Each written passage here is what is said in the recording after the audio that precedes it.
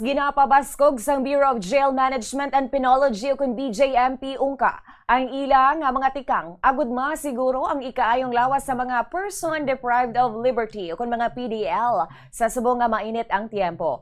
Sa interview sang Bomba Radio kay Jail Superintendent Denver Beltran, ang jail warden sang Iloilo City District Jail Male Dormitory, iyagin pahayag nga apisar nga naglabot sa 798% ang congestion rate sang presohan, wala sila nagapabaya sa paghimo sa mga tikang agod nga makapahagan-hagan ang epekto sang mainit nga panahon. Suno pa sa iya ila ginasunod ang memorandum nga ginpagwa sang BJMP Region 6 kung sadiin may ara sila sang apat ka mga aspeto nga ginasundan. Una, ang hydration o ang pag-inom sang bastante nga tubig sa mga PDL agod nga malikawan ang dehydration. Ikaduha, ang ventilasyon sa mga selda paagi sa pagpasiguro nga wala sa nagapugong sa mga bintana agod nga makasulod sang maayo ang hangin.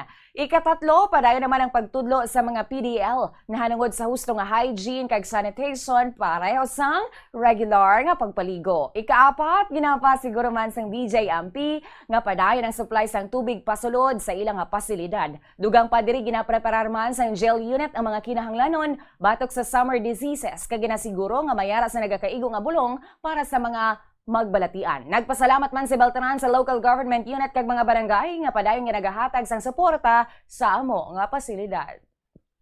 Natin sila, ginasiguro natin niya makainom sila sa ang tama bala nga sa tama nga tubig. Kinahanglan hydrated sila para hindi sila maging vulnerable bala sa mga exhaustion kag stroke.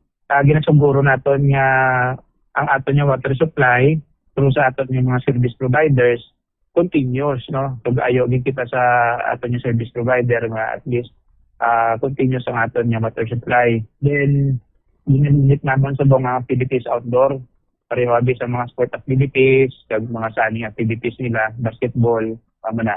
Kaya sa sobrang init. So, aga pa lang, ginagaan natin sila sa sunning activities, kag mga exercise bala nila outdoors.